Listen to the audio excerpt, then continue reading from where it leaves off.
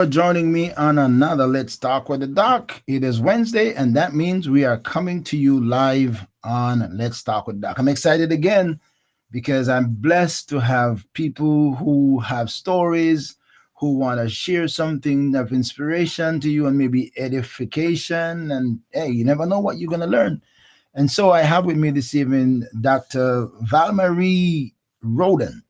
And when I come back, I'm going to talk to her and find out what is her story. She has been in teaching for years and years and years. So she must have a story. So when we come back, we're going to find out what is her story. So stay with me, my friend. When we come back, I'll talk to Dr. Roden.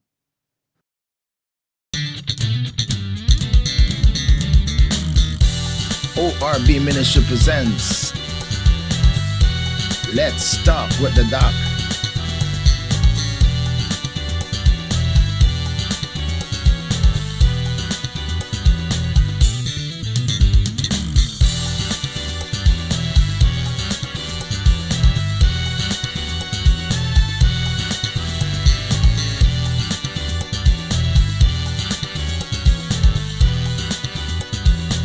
Grace Without Borders podcast.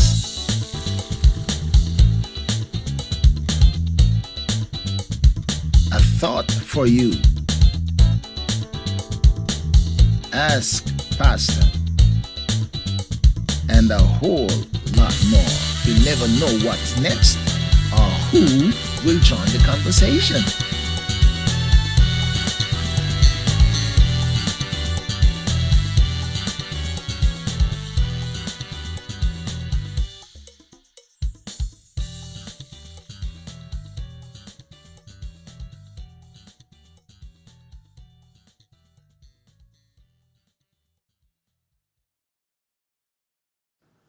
All right, so here we are. We are live, and I have with me Dr. Valmarie Roden. Welcome to Let's Talk with the Doc. Good to have you with me this evening.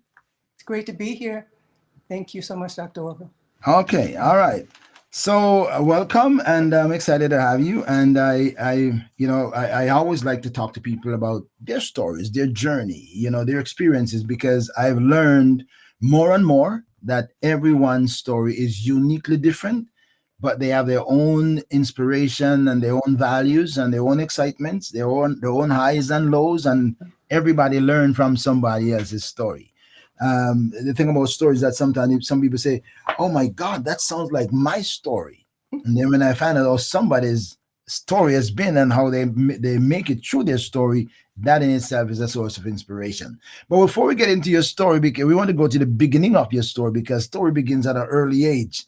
So I'd like to find out from where was Valmarie before we get to Dr. Valmarie Ward Roden. Where's Valmarie? Where were you born, and what were things like in your neighborhood? What's family dynamics? Family circle. If you can give a little bit of insight in the starting point of Valmarie's life. I'm happy to do so. Thank you so much for having me, Dr. Orville. Pleasure. I was born in a segregated hospital in Fort Lauderdale, Florida, called Providence Hospital Okay. in 1952. But I was raised in Dania Beach. It's called Dania Beach now. It was just Dania back then. I'm the youngest of five. Two of Okay. my siblings are in heaven, Oh, along with my parents. so sorry about that. Thank you. And my family was a beautiful family, though not together. Our father died when I was 8 years old. And he died tragically from abuse of alcohol. Oh, I'm so sorry. And he was the most gorgeous, loving man. Now, I'm his daughter, so I'm prejudiced. Of course. And I can remember him even at the age of 8, how he would rock me in his huge arms because he's a big man. I'm tall as well. He had a beautiful handwriting. He sang. He was a deacon in the church. Oh, okay. But life, and I'm talking like I'm 71 and I'm the baby of the family. So you can imagine back when he was growing up, the pressures of bowing and not being able to be the man that he knew he was. And my mother, who was a strong woman, raised us, and she loved the Lord. But Dr. Orville, one thing that I didn't realize, and my sisters and I talk about this now, how wise she was. Mm-hmm. You know, the things that she used to say, the things that she would tell us, and the things she would not allow from us, that we thought may have been a little harsh, now we Mm-hmm. know them as wisdom. Yep. Yep. But because she was a single parent and there were 5 children, we had to go to work at an early age. Now, again, I'm the baby. Right. Dr. Orville, at the age of 8, I worked in a tomato canning factory Oh in wow. Dania. Wow. That factory sits on Griffin Road in Dania. Now they've turned it in something with the shipping industry. And I remember as a little 8-year-old that my mom would stand me beside her on a plank because I was little. And I would peel my little tomatoes and put them in her bucket. Oh wow. We were paid 30 cents a bucket. And the bucket was, I wouldn't say how many gallons, but my sisters and I, we were there. Christmas break, winter break, Easter break, and we will walk to the factory with our little aprons on that we used to wear and boots. And Wow. the children in the neighborhood would laugh because we looked strange. But we did that, Dr. Orville, until I was, at least I did, until I finished high school. I remember as distinctly the day that I told my mom, Mom, I'm not going to peel any tomatoes after I finish high school. I'm going to college. Wow. We hated it, but we understood that it was necessary. And you know, in life, that's Yeah. life. Yeah. That's Yeah. life. And we have to be comfortable in uncomfortable situations. So growing up, my 3 sisters and myself, we were close in age, a couple of years here, 3 years there, 2 years there. We fought like cats and dogs. We loved each other. We would fight someone else if they fought the other. Uh-huh. Our older brother, who's 14 years older than I am, he was our protector. He built, my brother was a genius with his hands. He built a carnival for us in the neighborhood. Wow. Dr. Orville, the Ferris wheel worked. We had our, where we bought our ticket stand, we had our concession stand. We were the Wow. little queens, you know, because our brother could do this for the neighborhood. Wow. So it was good and bad, just like everybody's life. But I learned so many life lessons. We were raised in the church, St. Ruth Missionary Baptist Church in Dania, that I give all praise and honor to because it gave me my spiritual foundation. And then after high school, I went off to college, started my career, my family, and I'm here with you tonight. Again, just the story, the beginning of stories are so fascinating. Um, at 8, your father died on circumstances beyond family control, and the family is ripped apart.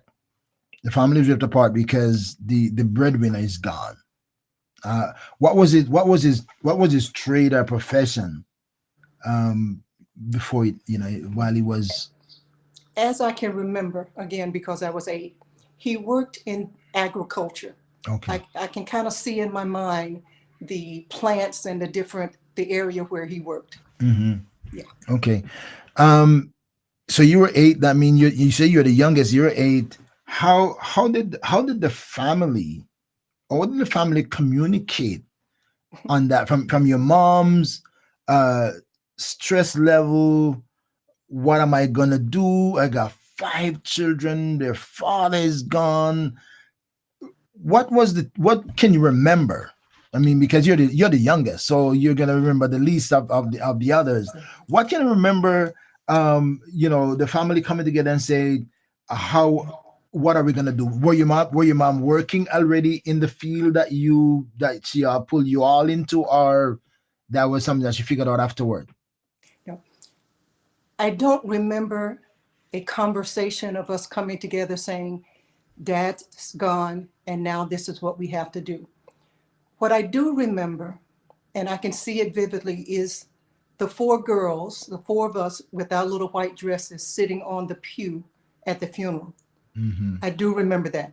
My Mm-hmm. mom was meticulous about keeping us looking good, being clean and nicely dressed. It may have been secondhand, but it was going to be clean and pressed. Right. My mother was already working in the factory, Okay. and she also did what we call housework, where she would clean apartments Mm-hmm. and Mm-hmm. condos or whatever. Mm-hmm. Mm-hmm. And I think I failed to say that they were separated before my father passed. Oh, they were. They were, because of the friction of the alcohol and different things. Oh, So okay, they okay, were separated. Yet okay. he was a provider. Yet he provided for us. I remember him coming by, and he would give the oldest daughter, if my mom wasn't home, the money each week. So Mm-hmm. he was a Mm-hmm. provider. Mm-hmm. But we knew, because of how we were raised, one of the things that my mother always said is take care of each other. Mm-hmm. Always take care of each other. So we just knew instinctively that we had to come together and take care of each other. To this day, that's the principle we live by.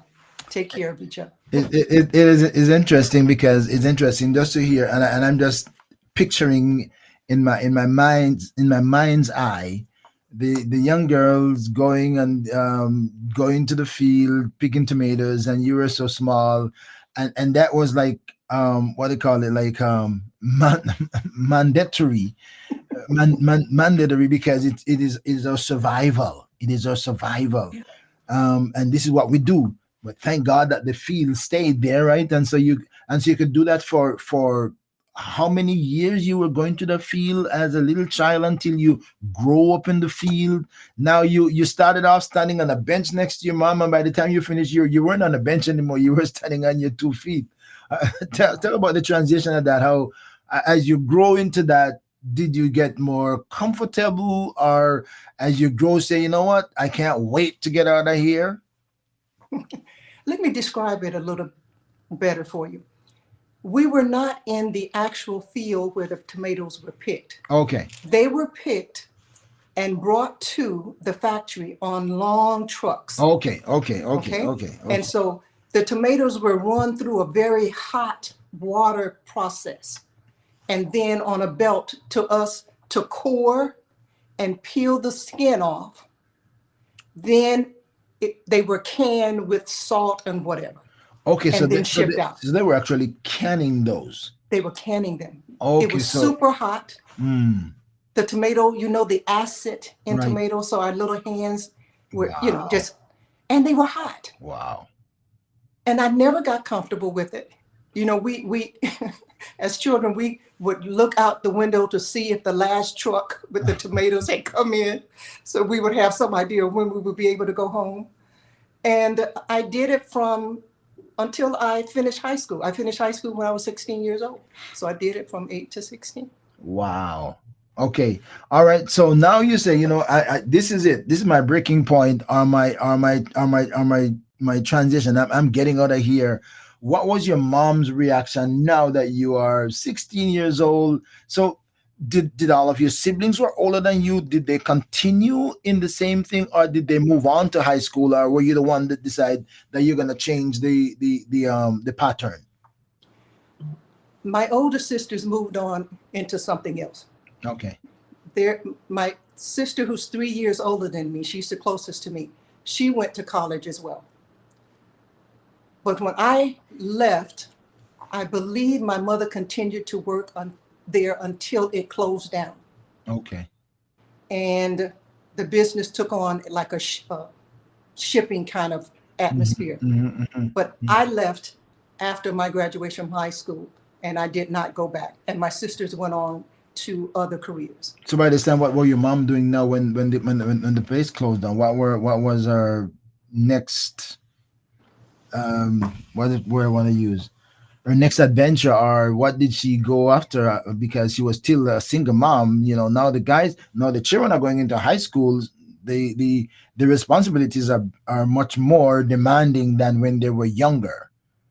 But see, we're older. I'm 16 when I leave, and I can't remember when it closed. But my next older sister is 3 years older than I am. So she's 19. The next one was 2 years older than her. So they're adults up Young, yeah. doing their thing now. And Okay. even some that start, my older sister started her family, and my brother too. So we're good. And she was a genius at budgeting and using money wisely. She taught us stewardship. So even after the factory closed and she was doing housekeeping, believe me, she had her little stash. I don't doubt it. I don't doubt it. Back in the island, we say we have something for rainy day, right? We got something for rainy day, That's it. right? We got for rainy day. All Rainy right. day. So okay. So now Val Marie decided that I'm going to go to high school. What was the driving force behind your thinking of wanting to get out of where you were, going to high school in pursuit of what, or just that you want to change life? You know, my mother always stressed education. Okay. Though she grew up in segregated, and I'm not sure how far she went in school, but she could read and she could write. And we saw her daily reading her Bible, taking care of her business, balancing her money or whatever. So, yes, I wanted out of that factory, but I also had a thirst for knowledge. And Mhm. even to this day, I love to learn, continuously learning. And so, college for me was a way of putting the factory behind, but it was a way of growing and knowing more, expanding my horizon, meeting new people, tasting new foods, seeing different sights, and adventure. Okay, all right. My friends, I'm talking to Dr. Valmarie Ward Roden, and I can't wait to get into the extension of her story because she has been a principal. She has taught in the school for a long time. We're going to hear a little bit about the school life, how she grew into that, and why she pursued that, and the highs and the lows of that. So we're going to get to that. But before we get there, so it's a good time for you to hit your share button and invite your friends to join us. Before we get to that, I'm a little bit curious about what church environment was like. Other than just going and be nice and clean. What was church life environment like? Among your peers, activities. What was it like for you as a young girl without your father, who was a deacon? You say he was a deacon in the church, but you wouldn't experience that because you were very young. But So what was it like, when you were growing up in church and getting involved or not being involved? What was it like for you? okay, church was the center of our lives. I gave my life to Christ in Vacation Bible School Mm, at a very early age. In fact, it was around 8 years old. very nice, very nice. That's a good place to start too. Yes. And if the church door was open, we were expected to be there. Okay. Oh, Even though as little children, you know how mischievous we can be, we would sneak out and go to the corner store and buy some gum or some chip, but we would be back. And we made sure that mom and the elders didn't see us. I sang in the teenage choir. okay. Okay. I, I went on and I would teach Vacation Bible School once I got up in age. And church was the center. We were very close in the choir. Many of us that sang in the choir also worked in the factory together. And to this Okay. day, Okay. Okay. we are still friends and we sit down and reminisce about the days in the factory. And we laugh about it, Dr. Orville, and we say, you know what? I wish we had that factory now for our children to work in it to see what work it really is. I'm And not. so, I'm not sure they'd be inclined to work in the factory, but that's a good way of thinking. Their yeah, mentality is different from they're oh, more definitely. technically savvy, and they maybe don't want to go into the line and oh, we're gonna peel off tomatoes. I don't know if I want to do that. No, they wouldn't want to do that. But we also had a level of respect and a good relationship with the elders in the church. Right. And most of them are gone on to be with the Lord now, but they knew that we honored them. In fact, we emulated them in certain ways. Even today, when I clap, I feel myself clapping like Deaconess Vita Mae Peterman, or singing like Sister Rosa Gaskin. You know, it was a Baptist church, and it was the center of our lives, and we loved it. We loved it, and in fact, I go back to visit, and it's great to see. I look to my left and I see where my mom would stand and usher. I look to my right and I see where my sons would stand when they were junior ushers. So church was the center of our life. Okay, It was so the family is deeply tied into yes. church life and activities. All right, great, great.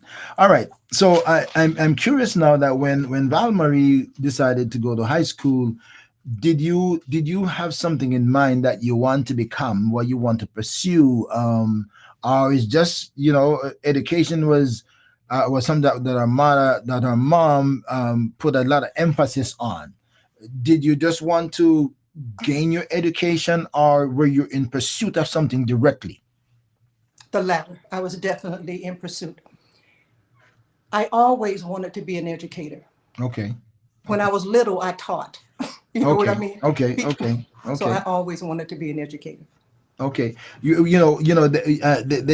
say that sometimes you see the budding of those things in little children, what they pursue, what they try to practice or emulate, and sometimes it's kind of embedded in their genetic makeup that they want to be that thing, and you could see it coming out of them in their little childhood days. Okay, so from that time you were apparently brilliant, because they were giving you the opportunity to teach in vacation Bible school, and etc etc. So they must have seen some brilliance in you, so you wanted to be an educator, and so you were in pursuit of that. Tell us how the journey went. Okay, when I was a senior in high school, and I attended Hollywood Hills Senior High School in Hollywood, Florida, and I was in the first graduating class. At that time, we took a 12th grade test. Now they have the I don't know what they have, all these tests that they have now, but we took a 12th grade test. It was, I was in the first class of integration in Broward County. Hmm. And so when I was in the 12th grade, my test scores were high from that 12th grade test. And I was offered, along with my best friend at the time and two other gentlemen. All of us were Black. We were in an integrated school at that time. And so the four of us were offered a scholarship to Florida State University in Tallahassee because of our high test scores Hmm. and our academic grades. I remember distinctly my mom had to pay $250, and the rest of my tuition, board, room and board, was paid for the 4 years. So my mom, because I told you she kept her little stash, she paid she paid the two. $250 back then is like $25,000 now. Tell me, tell me. She paid it, and I went off to Florida State University. Boy, we could stay there for a long time. Give us, we're gonna get that. Give us a little bit insight into the integration experience, because tell us about the segregation part and the integration. How did that unfold in your life? I know your mom grew up in the segregation, more in it than you were, but you went into the integration school. Tell us, give us a little bit insight. Those of us who are outsiders, give us a little insight into being integrated into a school which is not, maybe not the norm, but maybe you got there because of your level of education, or your brilliance. Okay. I was in segregated schools until 10th grade. And that's the year the federal government demanded that we integrate schools. And Mm. so in Broward County, I was in line to graduate from the high school where my older sisters graduated from, Adams High School, and which was the best. And we were so excited. But then we were forced to go to an integrated school. The experience, and I'm just going to be honest with you, it Mhm. was really, really tough. The academic work I could do. There was no issue about that.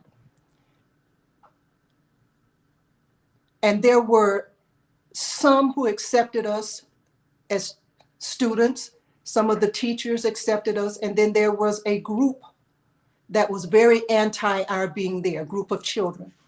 And there were fights, there were harsh words said.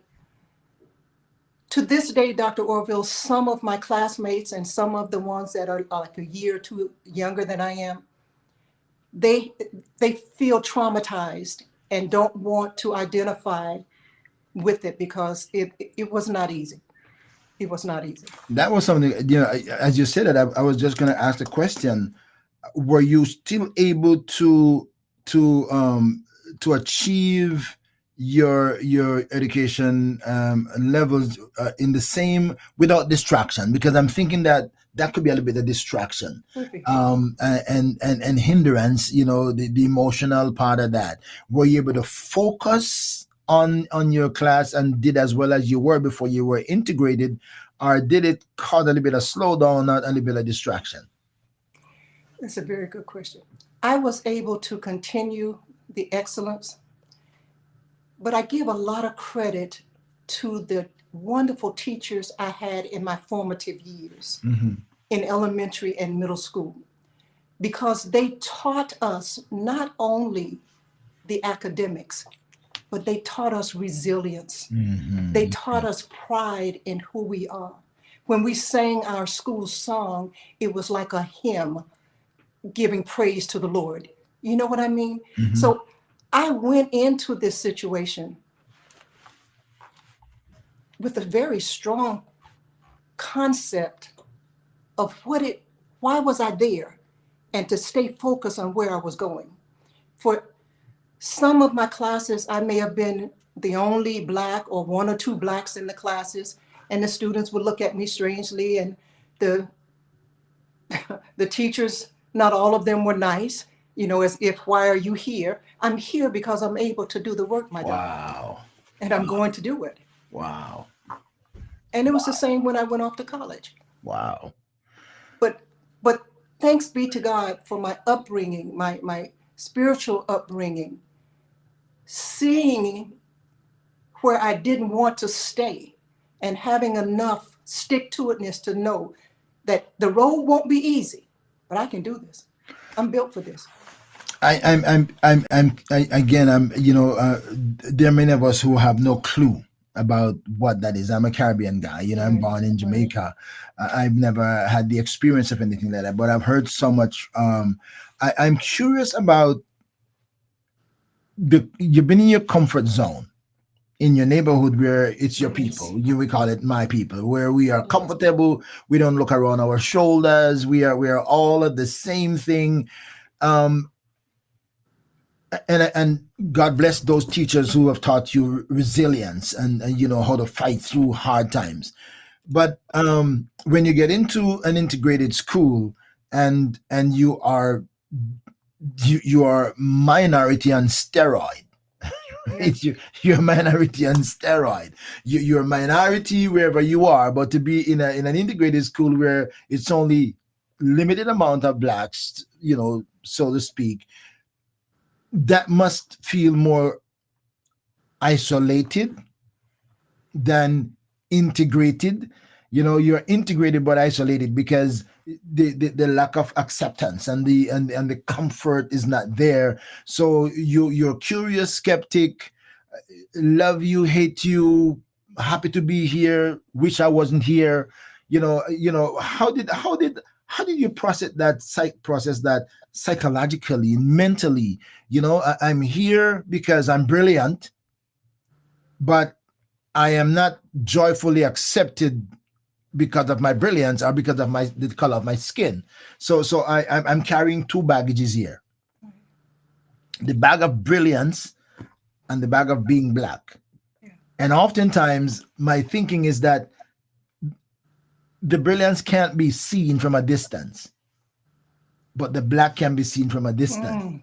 Wow, right? wow, People wow. can't see your brilliance from a distance, and so they don't know what you have and who you are, but they can see your skin, and there is a perception already by the Mm. color of your skin. How did Val Marie navigate through that? Boy, Dr. Orville, I wish we had time that I could sit in that space. That's a powerful question you just asked me. But because of time, limited time, I have to answer. You know, this is the adult Val Marie speaking now about the young Val Marie. Okay? So, Hmm. from as much as I can process, I realized at that time the power of relationships. Hmm. And so there the black students, we held on to each other Hmm. Hmm. because we had to ride the bus together to and from school. We lived in the same neighborhood. We all kind of went through the same thing. When they fought one of us, they wanted to fight all of us. And so we leaned on each other. Wow. And we we found, like, we had a counselor, a black counselor, who would be like the mother hen that when it got too heavy, we could go to her office and she would have a safe space for us. The athletes had some black coaches, the boys, or, they could go to the coach's office and say, I'm feeling this way, I'm hurt. And so we capitalize on the relationships. That's the best answer I can give. Wow. Wow. Wow. That is incredible. That is just incredible. I'm just using my imagination, and I can't fully imagine it, but I'm just using common sense and human nature and experience to say, I'm putting myself in your shoes. How would I feel back then? Now, when I was in Bible Institute, when I was I for at least almost for the whole 4 years of Bible Institute, my first 4 years, is that I was the only black guy in the school in the Bible Institute, and I was the only Pentecostal guy. Everybody else was Baptist, So I was like a fish out of water. But they were really, really, really nice, welcoming people who you didn't know you were black being there unless you look at yourself because of how they treated you. They were so excited to have you as a Pentecostal guy. When it's time for homiletics and preaching, they were telling me, "Don't preach like a Baptist, preach like a Pentecostal." They want to get the fire and the fervor out of it. So I'm imagining when you go home, how do you relate to your mom the experience of neglection or isolation? How did you relate that to your mom? By the way, before that, did you have other of your siblings in the same school, or it was only you from your house? Only me from my Only you from house. your house. Yeah. Okay. My sisters graduated from the segregated school. Okay. Okay. Wow. Yeah.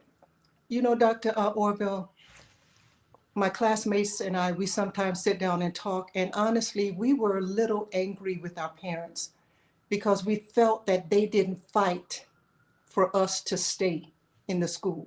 And in our segregated school, in our little young minds, we didn't fully understand that the federal government said this was going to be the thing. And I don't know what our parents would have been able to do because they weren't the advocates that we see in parents today. They were working and trying to take care of us and give us a firm foundation. So yeah, we were a little angry with our parents. So you thought they caused it on you because they allowed you to go or didn't advocate enough to let you. Would you have rather to stay in your Oh segregated yes. school? Oh yes. Okay. Definitely wanted to stay in the Okay. segregated school. Okay. We were a little angry only for a short time because once reality hit us, we understood we couldn't do much and they couldn't do much either. But when we came home, we, for me personally, I just put it behind me. We weren't eager to go to after school activities and to go back to the school for evening, but we had to we had to live. We had to make a living so that I could pursue post-secondary education, so that I could leave this behind. So we just had to stay focused. So resilience. Did the title of your book started from when did the title of your book start? We're gonna get to that. When did that start? Did it stem from these days or in the latter days or in reflection? Very good. You're excellent. In reflection, Okay, okay. the book came, the idea of the book came shortly after I retired. And I was reminiscing and meditating on my time as a principal. And I said, there were some things I wish I had known and implemented that would have made those years better. And so I want to write that, put it in a book so that others could glean from it. All right, my friends. I'm talking to Valmarie, Dr. Valmarie Ward Roden, and her story is already gripping. And not a lot of people that come on my program can tell me about segregation. So here is an experience, something new for my program, and I'm appreciating you being here. All right, so the weight of segregation and integration impact your life so greatly in that is in the high school, right? Not that's elementary, High school, in high school. 10th grade, yes, All right, and college. and now you're moving on to college, and you're moving on to college in the same integrated atmosphere. Were you better prepared to go into that? Was it worse than what you thought, or did you think that, okay, I am ready for this now to step up to the higher level? How what the experience was, the transition from one level to the next? I wasn't ready for it, and it was worse. The the pushback, the pain points came more from the teachers in college than from the students. Hmm. The students in college had a way of not seeing you, but not hurting you, Okay, okay, okay, if that makes sense. okay. And some even became friends. But the instructors, you knew they didn't want you there. They knew that we were there by court order of the federal government. Okay. Yeah. So and my curiosity again comes from brilliant, and I want to piggyback a little bit to high school, because I want to hear from you how how were you treated from the class, from the educators. You're a brilliant student, you have high marks. How did they relate to you being brilliant, and comparatively to some of those who are not like you in color, who weren't maybe as brilliant as you were? Did you how did they manage your grading process? What were your experiences there? Because sometimes I know sometimes people are biased. I've heard of people who are biased, and they don't want to give you what you earn, because they don't want to make you look better than the others who are not looking like you. Did you experience anything like that, or would you say that they treated your brilliance, they gave you what you earn or what you were able to achieve Okay. In high school, in let high me be school? very clear. In Right. high school, Mm. it's a different story in college. In high school, I felt almost like a phenomenon. They would like surprise that I could learn at a high level. I was blessed that I had older sisters who worked and bought nice clothes and would pass them down to me. Mm-hmm, And mm-hmm. so I would have on a nice outfit, and it's like, wow, what? How can she? Mm, And so, mm. That's but I interesting. didn't feel that they withheld the proper grade from me. Okay. But I felt like in a glass bowl, sort of like, Mm-hmm, if that makes mm-hmm, sense. mm-hmm. And you're looking at me strangely, like, how can you do that? Really? Yeah, Is she really that smart yeah. or dressed up well? Interesting. Very interesting. All right. So you're moving on to college. What is it like now? You say it wasn't in the same atmosphere. Tell us a little bit about the treatment of your success, or the dwarfing of your success. What was it like for you going into college? Okay. In college, it was different. I remember my freshman year when I went to the university, I believe it was about 60 of us, Black students, that were recruited to go to this major white university. And again, all of us were academically talented because they took the ones that had the highest scores on that 12th grade test. Mm-hmm. And we found out, and I don't know how, that we were given, when we were enrolled in classes, the toughest teachers, Mm. because the program that we were under tried to keep us in classes together as much as we could so we could support each other. And we had counselors and people that worked with us to help us maneuver this new environment. And so they were intentionally trying to make us flunk out. And some Mm. did. Some Mm. didn't have the resilience. Now, they had the intellect. Wow. All of us had it because we couldn't have been there without it. Mm-hmm. And Mm-hmm. so we were watching these things happen. We were looking at who didn't come back second quarter, third quarter, fourth quarter. And we knew what the deal was because we knew we were all the top students in our classes. Wow. And so I can remember, well, I think it was a marketing class. I'm already into my major then because my major was business. And I'm trying not to say what I don't want to say. But one of the, And then you can say anything you want to say. So yeah, okay. So this one professor I had to have a come to Jesus talk with, and to let him know that I was not going to meet him in the library after class, but he was going to give me the grade that I earned on my test, whether I met him or not. oh wow. And I did earn an A, and I did receive an A, if you follow me. Okay. Okay. So I'm curious now. Was it like a threat? You better give me what I earn or what? No, he No, wasn't not that a crazy. threat. No, Okay. Okay. no. I stood too strong for that, too tall for that. Okay. Okay. So okay, I'm hearing you say I am not gonna meet you and I am expecting my grade. So was the meeting a requirement and what was the motive behind that? Come on.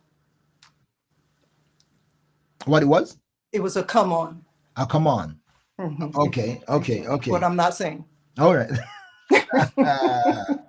Oh Lord. Okay, okay, okay. So I'm reading between the lines. There you go. Okay, The okay, traditional, what Black okay, women go through okay. from slavery to now. Yeah. I am reading I'm reading between the lines. He wanted so he kind of wanted an off pay for your grade. Off. Okay. All right. Get the story. Get the story. All right. All right. Move on. You got your grades. All right. Okay. All right. So where did Velmarie go now? What was you're climbing up the ladder. You're progressing. At what point did you know? Did you say okay? Well, you did say you want to become an educator, so you already knew what you wanted to become. Unfortunately, as you said before, and coming back to the brilliance and the and being taught and instructed how to persevere through difficult times.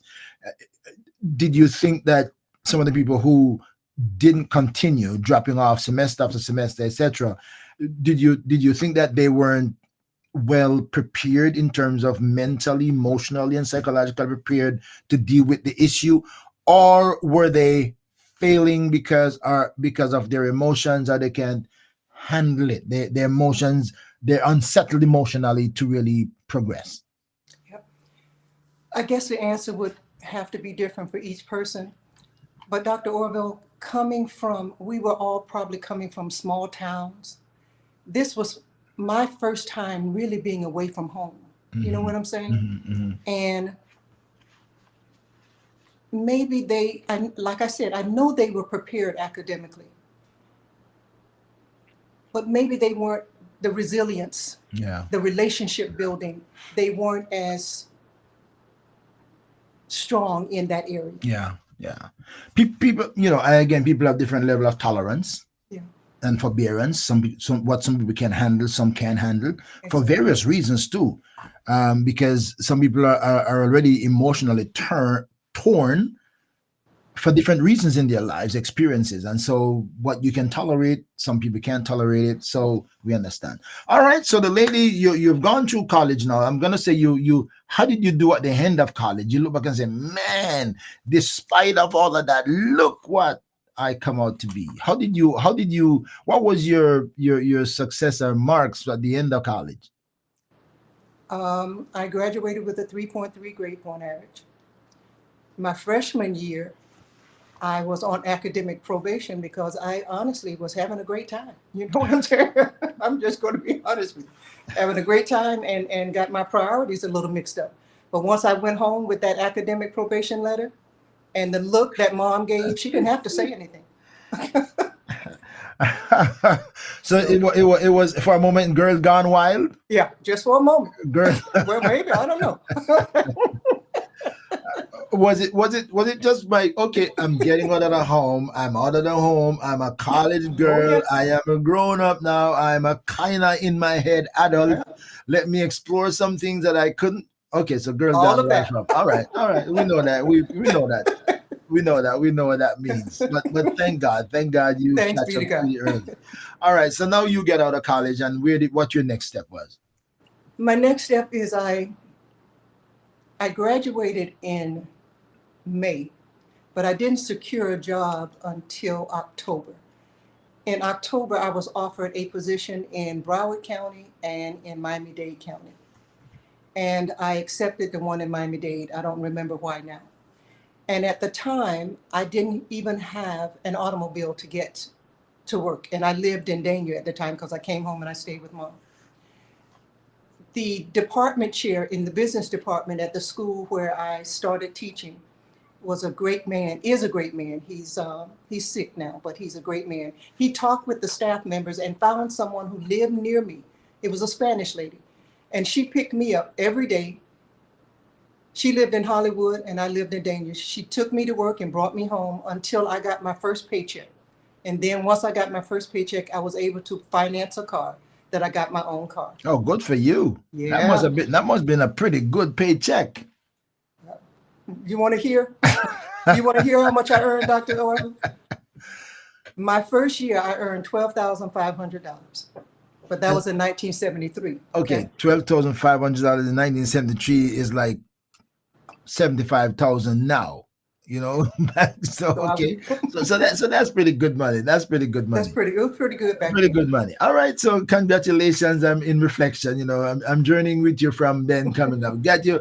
Okay, so now the girl has her college degree and she got a car and she got a job. Yes. Now, what was it like for you in your neighborhood now? Come from college, got a degree, got a job, got a car. How did that, because you were back at your mom's place then, right? So by the way, how did your community how did your community respond to you coming from college with your degree? Did you stand out? Was it the norm or was it exceptional? What was it like when you get back home? It varied. Some were very happy and proud, and some shunned me. Mm. Some of my classmates who didn't go off to college, I remember distinctly, I won't call any names, but I was walking in downtown Hollywood and I came upon one of my classmates and I was so happy to see her. And I'm going over saying hi, and you could immediately feel the pushback. Pushbacks. Wow. And Val, I heard you think you something because you went to college. I've never changed. I've always been who I am. There were even adults in the neighborhood who weren't happy that Willie Ann Ward's little girl went off to college. Wow.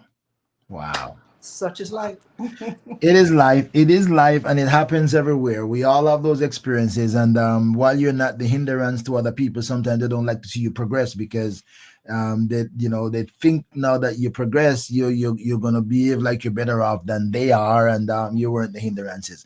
All right, so you're in the school now. Okay, and tell us how you journey up and how you step up the level. Did you start in the elementary or you started in high school in I terms of started teaching? in high school. Started in high school. And because I didn't secure the job until October, I took the place of another teacher. Okay. And in fact, it was a coach. And for the first 6 months, all I heard was, but coach didn't do it this way, but coach didn't do it Mm. that way. Now, Dr. Orville, I graduated from high school when I was 16 and college when I was 20. I Wow. would have, I, I would have celebrated my 21st birthday in the classroom if I had gotten the job at the beginning of the school year. So that means I'm just a few years older than my students. So you were on speed dial. I Because was. you finished high school at 16 and you finished college at 20. That means you're on speed dial. Yeah. I, I never went to first grade. When I started school, I was in second grade because I knew it. So I had been taught. everywhere you go, they discover there's something brilliant and unique about you. So wow, that's interesting. That's interesting. So my curiosity now pushed me back to high school, and you getting back into college at 16. How did how did you get into college at 16? And what was the reaction of a 16-year-old being admitted into college? How did they look at you? What were the reaction of those who see this young girl is admitted into this college? What were their action, the teachers, professors, in terms of age and achievement? How did they um, uh, respond or communicate or relate? Maybe a better word. Okay. I, I don't think the age was their consideration. It was my color. Okay, okay, So color trumped it, the okay, age. okay. Mhm. So they were more focused on your color than your. Exactly. All right, moving on. Okay, so you're back to school now, teaching. All right, and you've been there now, and how is that going for you now? Okay. Teaching, teaching, teaching. Give us some of the highs and so what the first thing you talk about is that, and we find that even in churches, find that in churches, we find that in relationship, people who change partners, spouses, spouse die, and or they leave this one and get another one. They're always trying to compare. This one didn't do it like that. That's not how we always do it. And people are reluctant, to make changes or to adapt into something else. So what was the hardest part of that for you? This is not our coach did it. It's not our coach. It's not our coach did it. How did you deal with that to say, well, this is how it's going to be, or this is not coach, this is me? I had to deal with it that way. But I took with me the same resilience, the same keen understanding of relationships. And so I built relationships with the mature teachers in my department. I, I built relationships with students who would be honest with me and give me honest feedback to help me to grow and to give me honest feedback to say, Ms. Roden, just disregard, it was Ward then, just disregard those kids. They're just being mean. So I took with me who I was, Hmm. and it helped me to understand how to maneuver and not question my ability, not question because I was young that I didn't know what I was teaching. And eventually you settled in and they realize, hey, all right, so brilliant young teacher came in. How is the progression now? From the young teacher, how did you climb up the ladder of becoming principal, etc., etc.? Honestly, it was never a goal for me to be a principal. It happened progressively. I taught at that first school for about 7 years.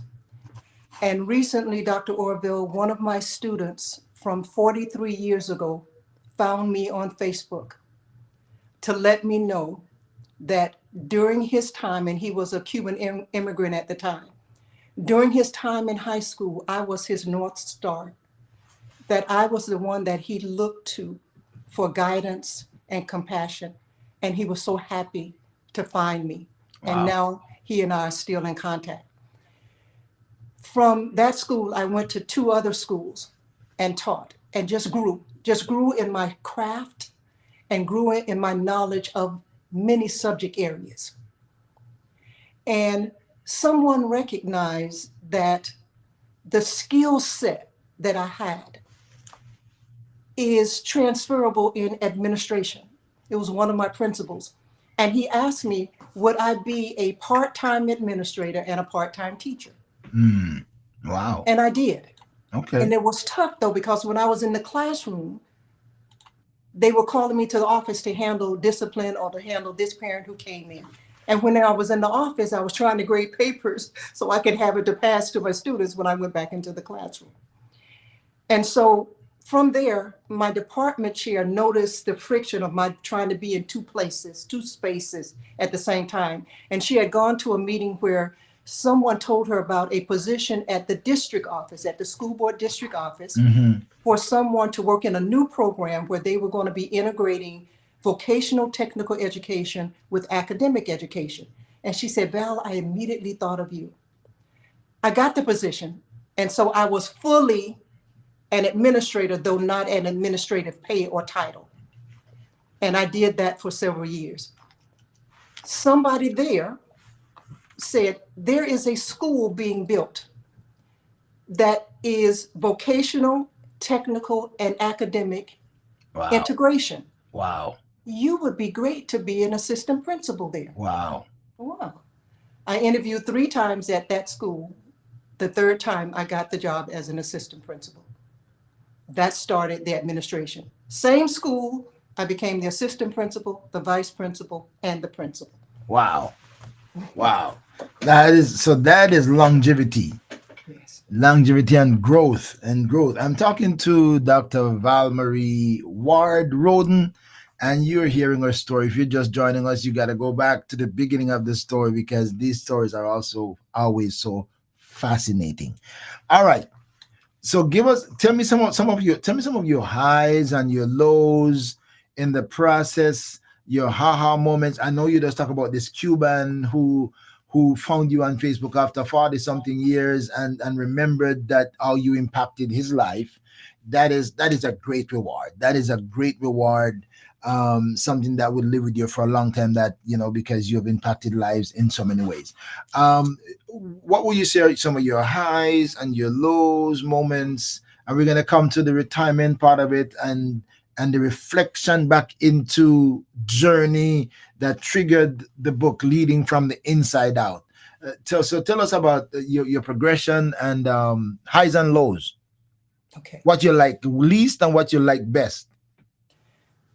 The highs would definitely be the relationships, because as an administrator, you at times are in a situation where you feel it's them against us. It's the faculty and staff against the administration. I was blessed to have very good working relationship with faculty and staff. Not all of them, but overall. The same thing with the students. I remember when I would walk in the cafeteria and I would always be with them during their lunchtime just because I wanted to spend time with them. When I would walk in the cafeteria, I could see the eyes of the little girls, well, they were teenagers, of respect and care for me. And I knew that I was a role model for them. And then I call them my bad boys, the ones that I would have to rush out, push them off the class, get to class on time. And they would just give me a hug, say, okay, Miss Yoda, I'm going, I'm going. And so the love and respect that I gained with the students and the staff were definitely the highs. The other highs were the accolades that my school received. Dr. Orville, in 2008, my school was recognized as one of the top 50 high schools in the country Oh, nice. Very nice. because of what the students and the staff did under Very my nice. leadership. Very Yes. nice. Very nice. And so that was a great high. And there were people who visited from all over the world that would come to our school to see how we were integrating vocational and academics. The school is built on 7 technical academies, and it was very new. Schools have been modeled after that school. Wow. And so to be able to stand before these dignitaries from Guatemala, from wherever they may have been around the world and in the United States, and tell our story like I'm telling this story to you right now was definitely a high. The accolades that the students and staff, teachers of the year, students of the year, Wow. Silver Knight nominees, Silver Knight winners, Wow. oh, they just on and on and on. Wow. That's the high. The low which precipitated my book would be the times when I felt so alone and that I was answering to so many different people and people didn't see me. They Mm, just saw a principal who had to get the job done. And there were times that I cried, but I couldn't cry in front of my staff. I had a wonderful secretary to this day I love, and she would shield me that I could go in my office and get a good cry. I remember one day, it was a really tough day, and two of my students, because many of my students were Christians just like me, they were attracted to the school because they knew they had a Christian principal, and their parents wanted them in a school where a Christian was the leader. And they came in and they told me, it was a boy and a girl, and said, Ms. Roden, the Spirit led us to come and pray for you. Can we pray for you? I needed that at that time. I wow. needed that at that time. And so there were other times I remember I was giving a tour of the school with a lady from the PTSA, and we came upon one of the students, and I told her, I said, sweetheart, tell Miss whomever about your school. And she was telling her about the school, and she said, by the way, the student said, by the way, Miss Roden cries. And I said, yeah, baby, I do cry. But she said, Miss Roden, don't worry about it because your tears baptize us. And Wow. so this, uh, I needed that on that day. Wow. And so these things are what helped me to understand. Put these experiences, Val Marie, in a book so that you can share it with others. Other leaders who said, you know what, is it worth it to be a compassionate leader, or should I just do it by the book and call it a day? Interesting, interesting. I'm curious because I live with curiosity. Sometimes I'm not a skeptic, but I live with curiosity. Mhm. The inquisitive mind wants to know. Do you did you feel any pushback because of your color? I don't know what the setting was like because it was an integrated school, right? It's So you integrated. have black teachers, white Yeah, teachers. very integrated. Okay. Did you get any pushback as you climbed the ladder of success and became the head person at the school? Did you experience anything, you know, pushback, female pushback, pushing back at the female? Did you have guys who had pushback? What was it? What was the environment like? Did everybody accept you as their leader, or they someone to do their own thing? What would that like in your leadership position as you led became this brilliant lady principal who is managing things? What was it like in terms of teacher pushback or teacher acceptance, male, female, white, black, whichever? It's almost as if you were there in the school with me, Dr. Orville. It's all of the above. It's all of the above. But the most painful, if I may be honest, the most painful was Black female teachers Mm, and their angst mm, and pushback. mm. It was as if I had to be down with it, you know. And it wasn't about being down with being Black. I knew I was Black. I had lived the life of a Black woman. So I knew I was a Black child, female child. So I knew my focus was providing the best education for these children because I knew what Miss Ferguson did for me in seventh grade. I knew what Mr. Penn did for me in sixth grade. I knew what Mr. Jones did for me. So I couldn't give them any less than what was given to me. And if you thought that I wasn't down enough or Mm, Black enough, mm. you're entitled to that opinion. But my focus is on these children.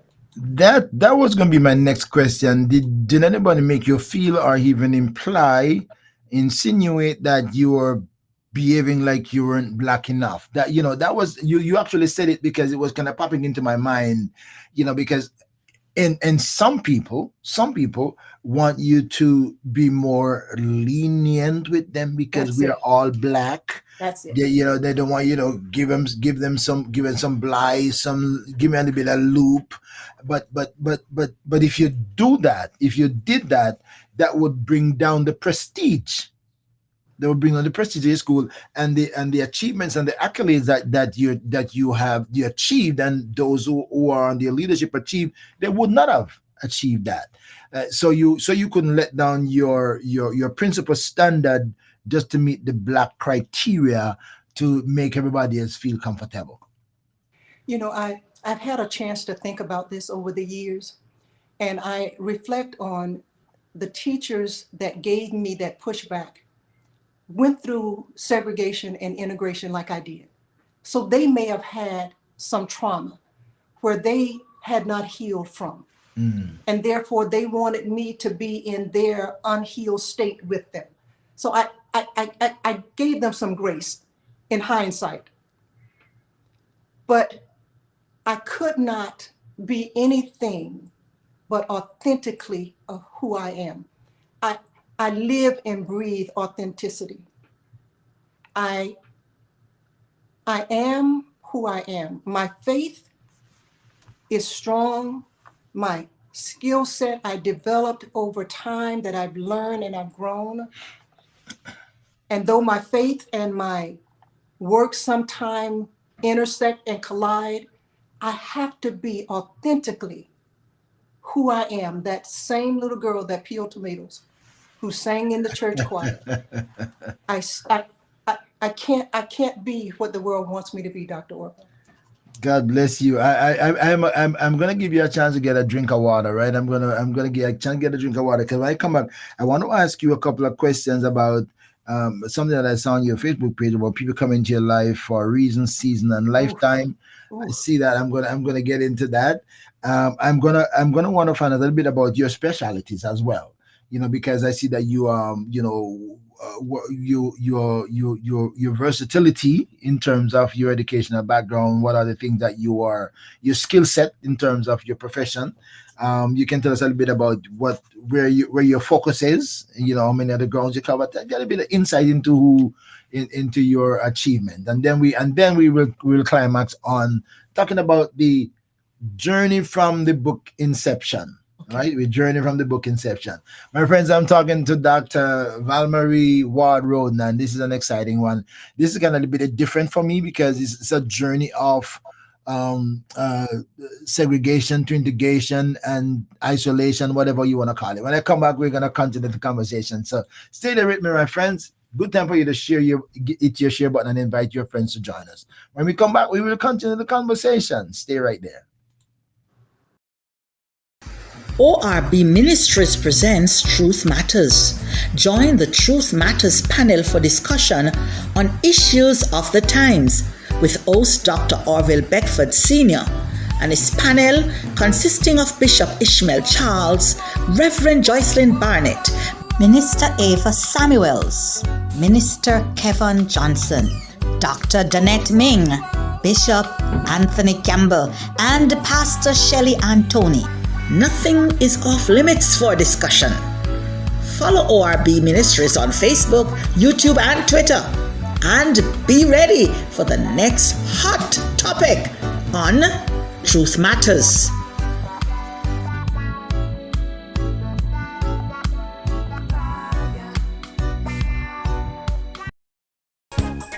This is the book they've been talking about. The 7 churches of Asia Minor, or the 7 churches in Revelation.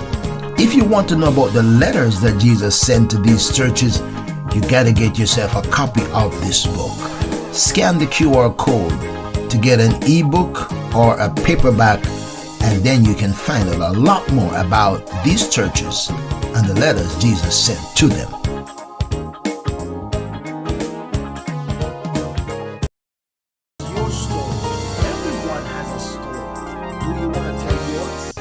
Stories are inspirational and unique. Maybe God wants to use your story as a life changer for someone. But that will never happen unless you share your story. Not only that it could be a life changer for somebody, but it could change your life as well as you release yourself. Let it go and inspire someone. That will not happen unless you share it. Remember, your light can't shine covered under a bushel. Do you want to share your story? Email orbministries@gmail.com and let's talk with the doc. Only heaven will record the impact you might have and the lives you will change as you share. Maybe that's a ministry God has given you to be a source of inspiration, a testimony of God's goodness and how you made it. Are you ready? Let's do it.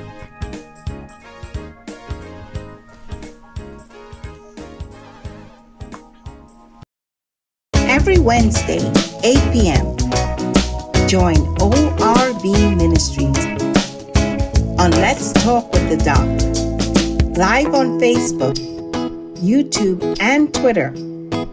There is a story, something to encourage and inspire you. You may even have a life-changing experience. You never know what's next or who will join the conversation. Stay connected. Subscribe to ORB Ministries YouTube channel. Follow on Facebook, Instagram, and Twitter.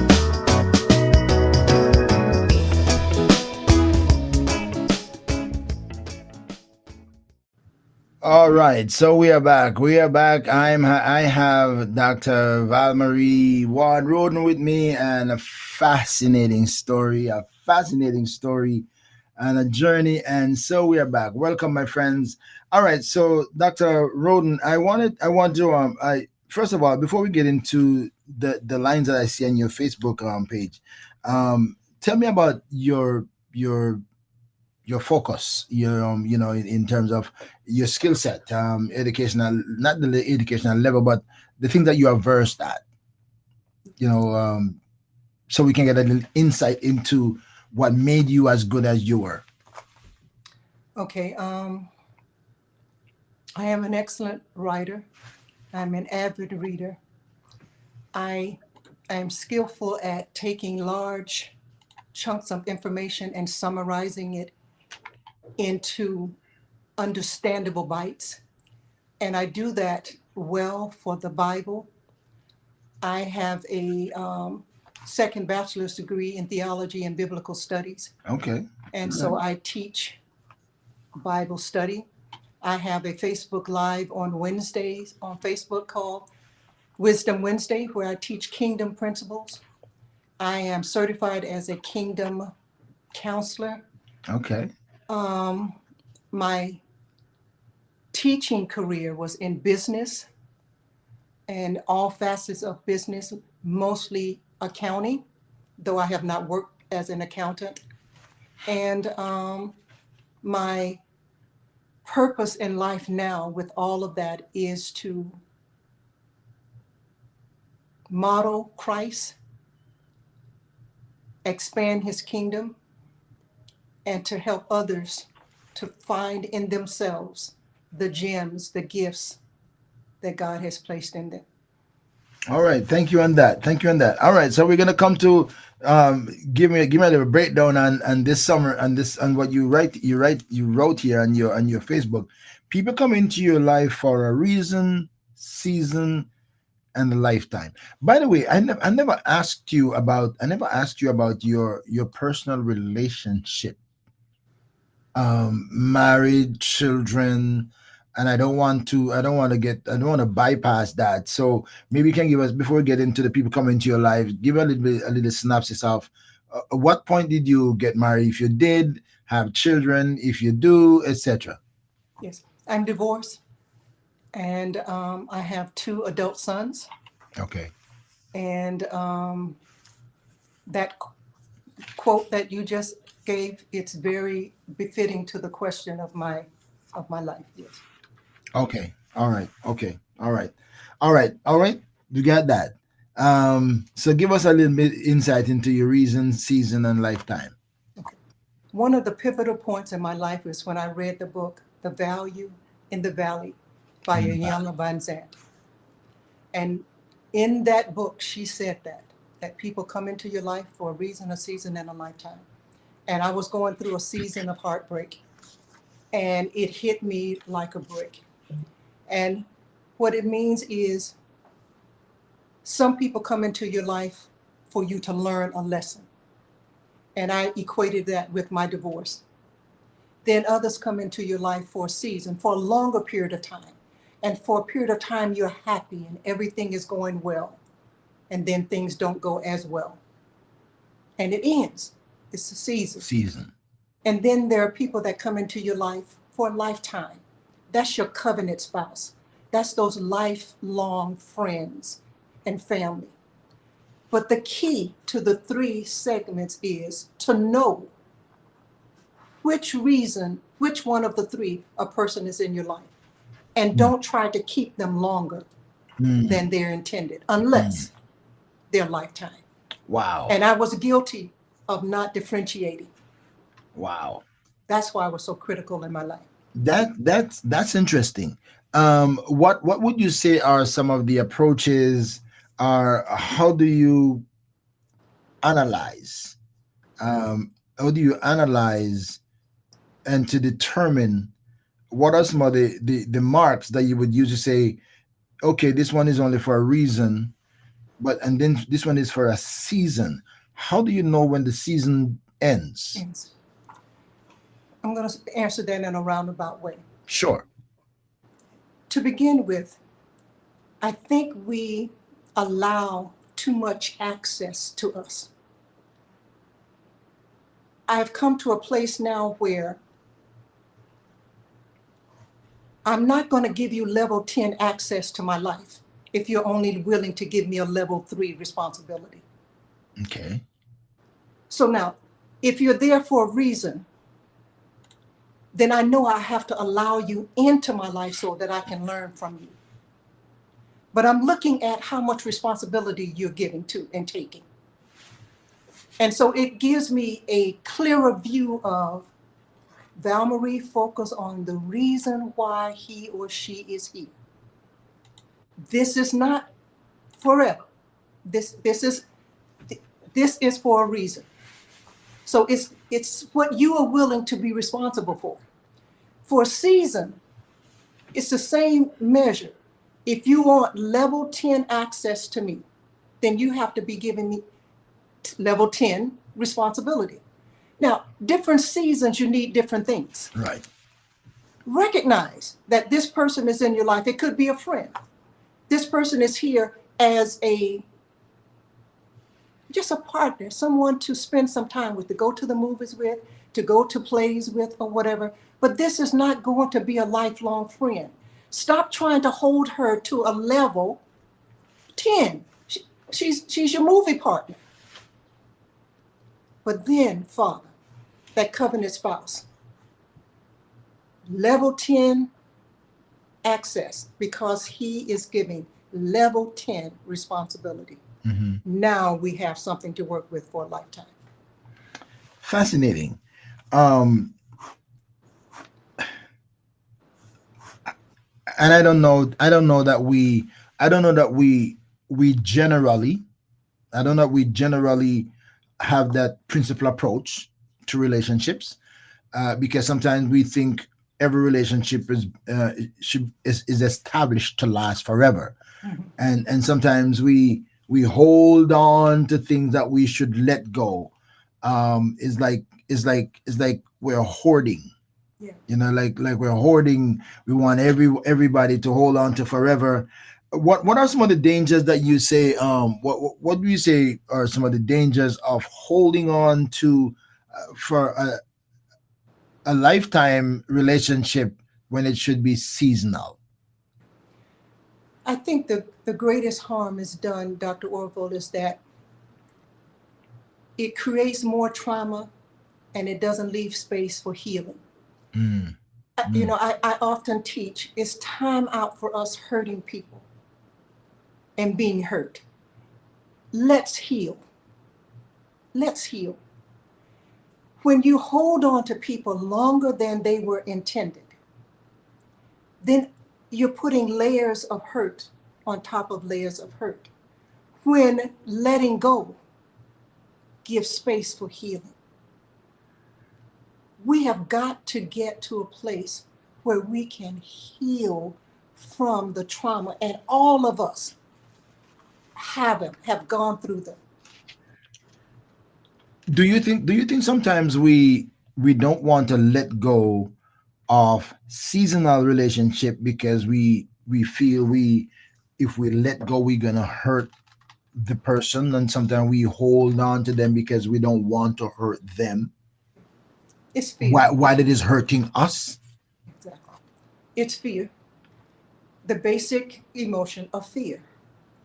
Fear that I'm going to be alone, fear that I'm going to hurt the person, or I'm going to hurt more, or I'm not going to get the atta girls, that a girl, or all the little accolades that I used to get, whether they were authentic or not. It's fear. Mhm. But we can't live by fear. We have to live by faith. Wow. Wow. Whew. Good conversation. Good conversation. The covenant, the lifetime covenant relationship.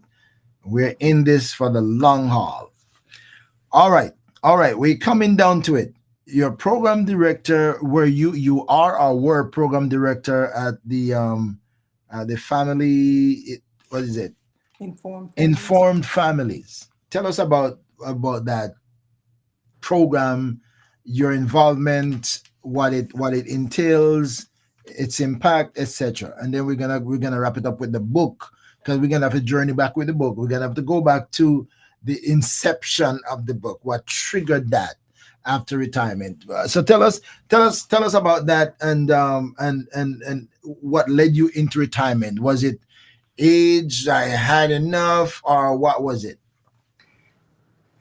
Dr. Orville, thank you so much for this opportunity to tell my story. You're an excellent interviewer. This is such a pleasure for me. Thank you. Thank you for being able to talk about informed families. Informed families came after my retirement from principalship. Someone mentioned my name. You know how people mention your name in a room? Somebody mentioned my name in a room where the president and CEO of Informed Families was there, and she was looking for a program director. I wasn't looking to work at that time, but Informed Families is a long-standing nonprofit organization that teaches drug prevention Mm. to students in schools. And so, as the program director, I directed the programs that brought the Red Ribbon Campaign. I don't know if you've heard of that, where schools are celebrating in the month of October saying no to drugs. Mm. And we had programs that were in schools each day to concentrate on prevention. So much goes into treatment Okay. after addiction. Okay. And our Okay. focus was prevention. And the targets were children as young as elementary all the way up into high school. Okay. Okay. So I didn't know what the program entails, but now that gives me an understanding of what that is. All right. Blessings to you. Blessings to you. All right. And God bless you for the lives that you have touched and the life that you continue to touch. And now the informed families are now being informed of what will hurt and what will help, what to avoid, what to pursue, what not to pursue, how to detect and how to deal with. I'm sure that the whole package comes into that, right? All right. That's correct. God bless you. God bless you on Thank you. that. So give us into leading into your retirement now. Leading into retirement. When did Val Marie say, okay, I've had enough, I've given it all in the classroom, and now either that I don't want to do it any longer, or I am at the age, or I'm just want to put it down, or I want to pursue something else. What was? How did you come to your conclusion? What Okay. was the driving force behind the conclusion? The driving force was the state law. I retired when I was only 56 years old. In Florida, we have the DROP system. DROP is an acronym. I can't even remember what it is. But as an administrator, after I had worked 30 years, I think it was, I could work an additional 5 years in DROP and get it's a whole legal thing Hmm. or whatever. Hmm. Hmm. But after those 5 years, I had to retire. So even Okay. though I was only 56, by law, I had to retire. So I did. Now, there Interesting. were some exceptions that were made for some principals, but basically the majority of us, at the close of those 5 years, we had to retire. So that I'm just the retirement age, is that the retirement age or just for certain programs or certain institution organizations? Is that a standard or what? At the time when I was principal, it was the standard. Now, Okay. the retirement, you could be how old, because depending on when you start in education. See, I started right out of high school, right out of college.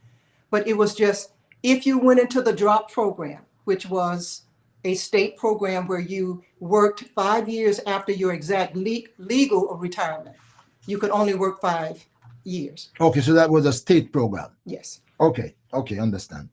All right.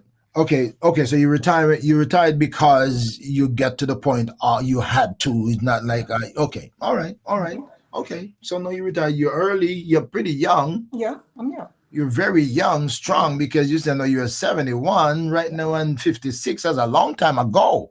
Yeah. You know, and to be as brilliant and as and and appearing young as you are Thank you. and vibrant, then say, oh my goodness, you got a lot of years at 56. So what did you decide I'm going to do it yourself? What you say? What did Valerie say? What am I going to do with myself now with all that I have? What I'm going to do with it? I need a deposit somewhere I'm or laughing, an outlet. right. I'm laughing, Dr. Orville, because I'm remembering the conversations that I had with my staff.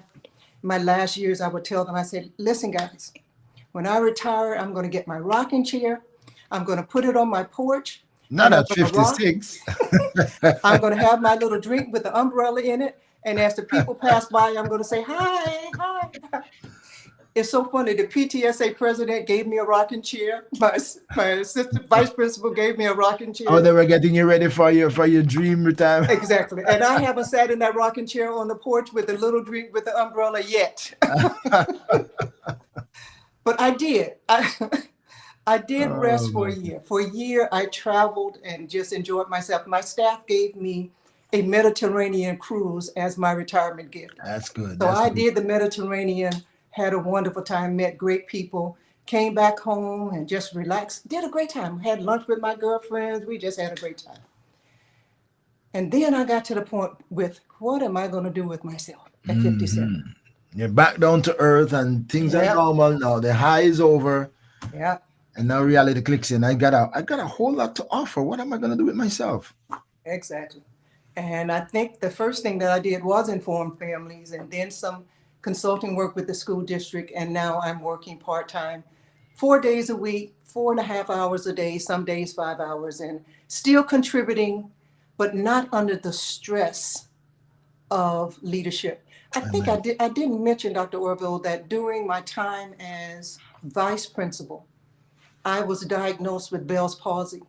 I woke Mm, up one Sunday morning and the left side of my face had collapsed. really? I was drinking tea and the tea kept running out of my mouth and I didn't know why. When I looked in the mirror, I saw it. So I was rushed to the hospital and the doctor said Bell's palsy is basically caused by stress or a virus. I didn't have a virus, so I knew it was stress. And so from that day on, I've been very conscious about stress. And then in Mm, 2018, I was diagnosed with a very aggressive form of breast cancer. I believe cancer has a strong proponent of stress. And so the work that I do now is satisfying, but it's not stressful. wow. Wow. So how did you get to the diagnosis? How did that impact you or what steps did you take? Which one, the The cancer the diagnosis yeah, or the, yeah, the cancer the diagnosis. cancer? I didn't detect it. It was detected on a mammogram. And it was so aggressive that as soon as they detected it, we started the process. But I have to say this, please, I hope I have enough time. The thing that was most critical for me, for my healing, was I never denied the diagnosis, Mm, but I denied the verdict. I never once said I had cancer, Dr. Orville. I okay. always said I was diagnosed with cancer Okay. All right. because I reverted to Galatians 3:13 that says he took all sickness and disease on the cross. So in my intellect, I said, if Christ took it, I can't have it. All right. All right, all right, all right. And the other one with the face drop, did that just go away by itself, or you had to do something Oh no, special? it's a story behind that too, Don. Oh wow. My hairdresser at the time, who was a pastor, would have noonday prayer in the beauty parlor, and my son drove me to the beauty parlor, and I always get there for noonday prayer. And as Pastor Jerry was praying for me, my Wow. face lifted. Begin to live. It lifted. When my son came back to pick me up, he just cried, and I told him what happened, and he went and grabbed Pastor Jerry and just held her and thanked. The Lord healed me through noonday Wow. prayer at her shop. Wow. Wow. Whew, that's a great testimony, and that's a great experience too. And you say Wonderful. you can't fake that because my face testifies, right? you can you can't fake that. My face testifies. That is amazing. All right. This is a lot. Maybe one of these days we'll have another conversation. Maybe Yeah. one of these days we'll have another conversation. Oh my good lord! But that is great. That is great. All right. All right. Give us a wrap up now on the not a wrap up, but give us an insight into. Okay, I'm retired. I want to put my I want to track back myself. Mhm. I want to journey back from my own self. I want to pull something out of my yesterday, and I want to put it in a book. And how did you come up with the title, or with the concept of leading from the inside out? And where May, did that what triggered that? Give us a little bit of insight in the inception of that. may I show the cover real quickly? Please go ahead. Feel Okay. free. Here it is. So please get a copy. Dr. Orville, orchestrated by Holy Spirit. That's the answer. The title came to me as I was just meditating on the title. The scriptures, the experiences in the book, orchestrated by Holy Spirit. I'm fully committed to allowing the Holy Spirit to lead me. I'm sold out. I'm just sold out. So he works through me. The pain, you know, pain has a way of motivating you to do things that you wouldn't want to do, because I'm retired now, and I should be able to just relax. But the pain points that I went through motivated me to dedicate Tuesdays to writing a book. And so I wrote the book, and I put in it the experiences that I went through, and scriptures and words of wisdom from Holy Spirit to help other leaders through it. Okay. So that's what's in the book. That's what's All in the right. book. So did you tell me what triggered it? We're gonna say inception. Okay. I conclude. I'm thinking you said that was from like high school days, or did you go as far back as high school, No, or college, to think about leading from inside out? At what time? At what point you that leadership skills, um, that develop from within, because right. leading from inside out, what is in gonna come out. All right. Exactly. So give us a little bit more insight into Okay. the concept of that. In the book, I tell you that I was either selected or pushed into leadership from a little girl. I went to a little private kindergarten, and I used to be one of the leaders that the teacher, when she had to leave the room, would say, "You take names, Val Marie." You know, so I date myself when I say that, okay? So I was a leader all my life. But what happened is, at the point of retirement and saying, what do I do with the rest of my life? I didn't want to just do it for me. I wanted to do it for other people. I have found that what we do for others edifies us as well. And so I wanted to put my experiences, and I wanted to honor my parents. In the book, I honor my parents, and I wanted to honor my sons. And so I have dedication in the book to my parents and my sons, because I want to leave a legacy for them. I want my parents who are in heaven to be proud of me, and I Mhm. want my sons to know that their mother was special. She did something a lot for other people. And so putting my experiences in a book, and I intended for it to be very small. It's a little bigger than I wanted, because I wanted leaders to walk around with it on their bodies each day. So when they come upon a situation where they are stressed and they don't know what to do, they will just open it at any point, because there are 30 wisdom tips in the book, and read it, and the Spirit will speak to them to say, compassion is the way. Don't just do it the world's way. Don't care if people call you weak or fluffy or whatever. Do it with compassion. Lead from the inside, meaning lead from your heart. Don't just have head knowledge, have heart knowledge. Make decisions based on how people are going to be after you. My goal is to always leave people better than I found them. If I can't leave you better than I found you, I'm not going to hurt you. But I'm definitely going to try to leave you better than I found you. And I have to do that with compassion and with wisdom, because wisdom comes from the Holy Spirit. And that way, I'm not taken advantage of. I'm not hurting you, because wisdom is a win-win. I really like the thought of leading from my heart and not from my head. And I think when one leads from the heart, then you actually put yourself in the position of the other person. That's right. Not only my intellect, my profession, or my skill, or my knowledge, but my humanity, Exactly. my feelings of compassion and care. That although I want you to get this, but I'm going to do it humanely, Exactly. as a leader, not as a boss. That's it. As a leader, not as a boss. That is just beautiful. And I wish we could have more people who are willing to lead from their hearts and not from their heads.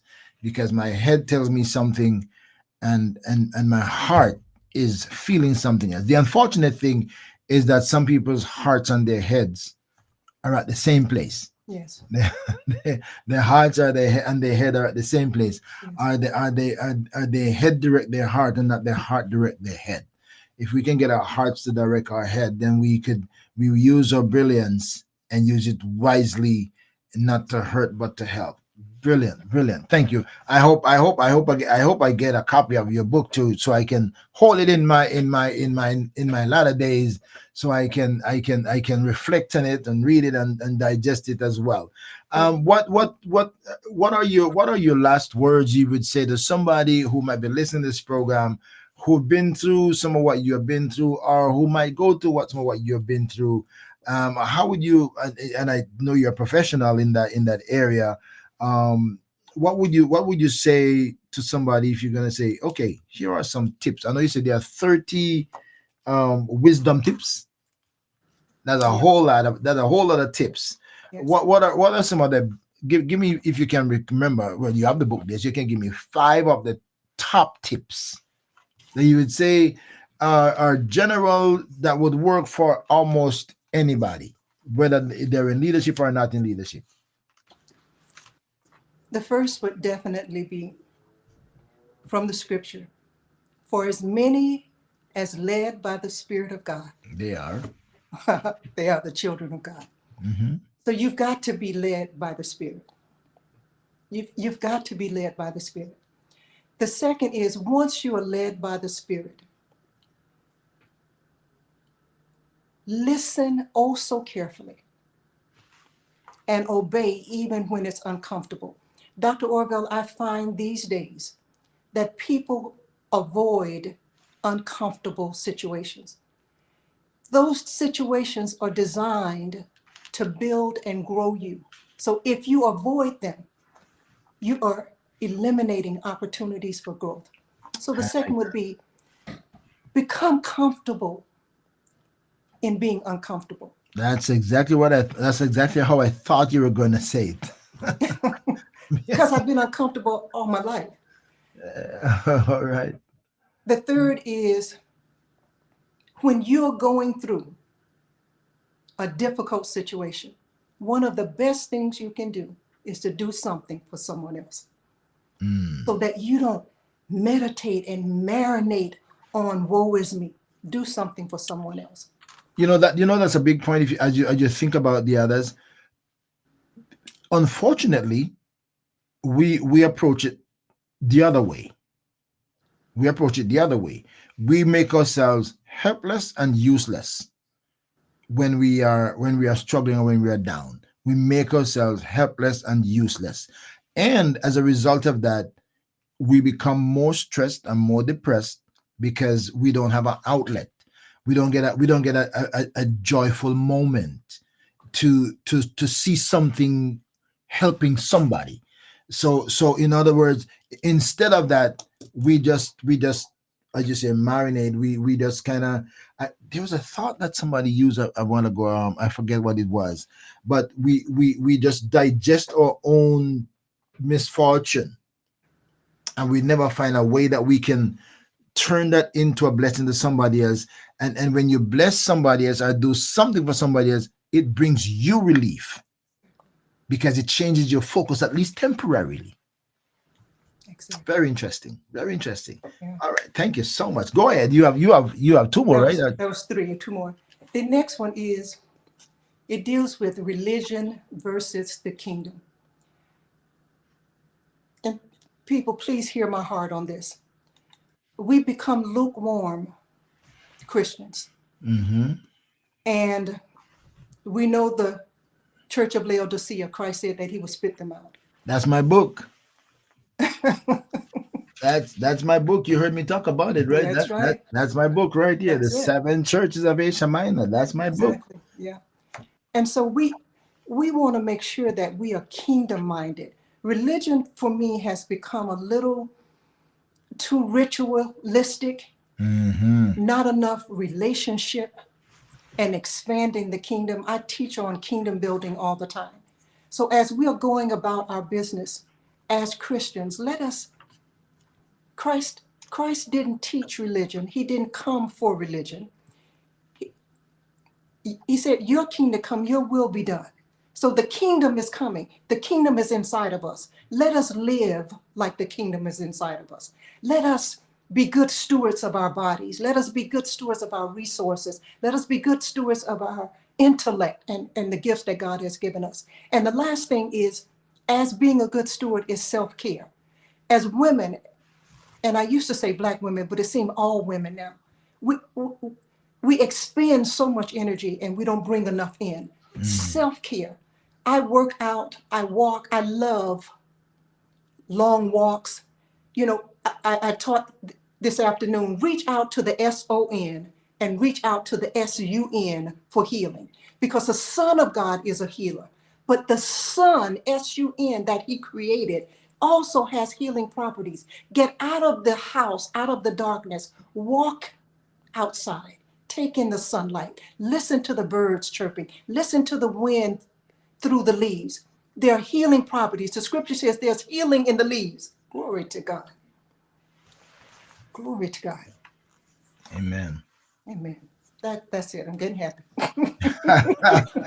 You're getting happy. Yeah. Well, you're at a good place, and you can be happy right here because there's no breach. Yeah. There's no breach here. There's no breach here in being happy, especially being happy in the goodness of God and the reflection of God's goodness and His Word and all of that stuff. My friends, I thank you for joining me, and I hope that you enjoy this time. And I'm going to give you an opportunity. Does anybody want to ask Dr. Roden a question? Maybe you weren't thinking about it, but does anybody want to ask her a question? She's an educator, right? She's an educator. She's been in the field for decades and decades and decades. Do you have a question you want to ask her? I'll give you an opportunity to ask the question if you think of one you want to ask her. I am behind in a walking, but spring has sprung. Okay, behind in a walking. Okay, so you're behind your walking. Does anybody want to ask her a question? Here we are. Here's an opportunity to say you got five. Let's say 15 seconds to put a question if you want to ask her one. Relationship, family, children, education. She covers it all. Business, yeah, she covers it all, right? So here's your opportunity if you want to ask her a question. Give you 5 seconds to start or type something and see what's your question if you have one. If not, we will give her a wrap up thought and thank her so much for joining me tonight with this great experience. I am still taken aback with the segregation and the transition. And the integration, segregation, integration. So well, Sister Ellen said we covered it all. Man, I guess the interview and the conversation was so good. There is nothing that left for us to ask. Thank you, Elaine. All right, you covered it all. All right, thank you so much. Thank you so much. Yeah, I don't see anybody asking any questions, so we're gonna let Dr. Roden give us her wrap up thought and say goodbye to all of our friends. Thank you so much for joining me. I appreciate it. Nice meeting you. And stories are just fascinating. I don't know if I'll be able, and if I'll stop inviting people to share their stories because stories are unique. They are. They are. My wrap up thought is to say thank you for the opportunity to share my life story, and I pray that it has blessed someone. And I close with this scripture, Jeremiah 29:11, that says, the Lord says of us that He has a plan for us, and it's not for evil, but for good, to give us a future and a hope. God has a plan for your life, and it's a good future. Believe Him, walk in Him. God bless you all. Shalom. Amen. Hey, okay, great interview, fascinating story. What else? What's your last word out there, my friends? Give us your last word. You type your last word. You're not a question, but type your last word in there, and let's have it pop up on screens. Okay, so that's the Jeremiah 29:11. We're putting them all up. Pop it up. Here's your last opportunity. Shalom. Peace. All right. God bless you. We enjoy having you out there too, my friends. Thank you for staying with us. And it is not too late. Once we say goodbye, if you haven't shared the program, then I hope you will. Right? It's time for you to hit your share button. I hope to see everybody sharing so we can have 30, 40, 50 shares, because the more we share is the more people will hear. One of the things that Christians don't do is share. All right, Christians don't share. Let's just somebody say thank you. Somebody asked about the book. Okay, where can we get a copy of the book? Brenda, it is on Amazon, right? Yes, it's on Amazon. It's on Amazon. Hold it up again, please. Let's just see what it looks like. Melvin Morgan. That says it's kind of showing on the back ways, right? So it says leading from the inside out, and that is Dr. Val Marie Ward Roden. Val Marie Ward Roden. If you look at the flyer, you'll see her name on the flyer, so you see exactly how her name spells. So please get a copy of the book. I think it will be a source of inspiration for you. I hope everybody get a copy, and I'm hoping to get a copy too myself. Definitely. All right. Send it to you. So you're gonna send me a copy? Oh, definitely. Oh, all right. So I earned my copy, my friends. I earned my copy. All right. Great interview. Thank you so much. Thank you so much. I hope you will join us again next time on another Let's Talk with the Doc. Next week, I have a fascinating young lady with a life of tragedy. Her parents both. I mean, I'm going to leave it open, but you got to join me next week to find out what her story is. A young lady, her both parents are gone, and you don't want to hear. You're going to want to hear how she lost her mother, how that went not too long ago. You're going to join me next week for another Let's Talk with the Doc. Please subscribe to my channel. Go to my YouTube channel. If you're not, subscribe to my YouTube channel. Hit the bell so you can be notified when we go live. And by the way, if you're on here and you do TikTok, we do TikTok. We do ORB Ministries is everywhere. We're taking all the platforms and using them for God's glory. So I'll see you next week again on another Let's Talk with the Doc. For now, take care of yourself. Be safe. Be strong, be careful, and make sure that you walk in the light of the Lord. And as Dr. Roden says, deal with people from your heart and not from your head.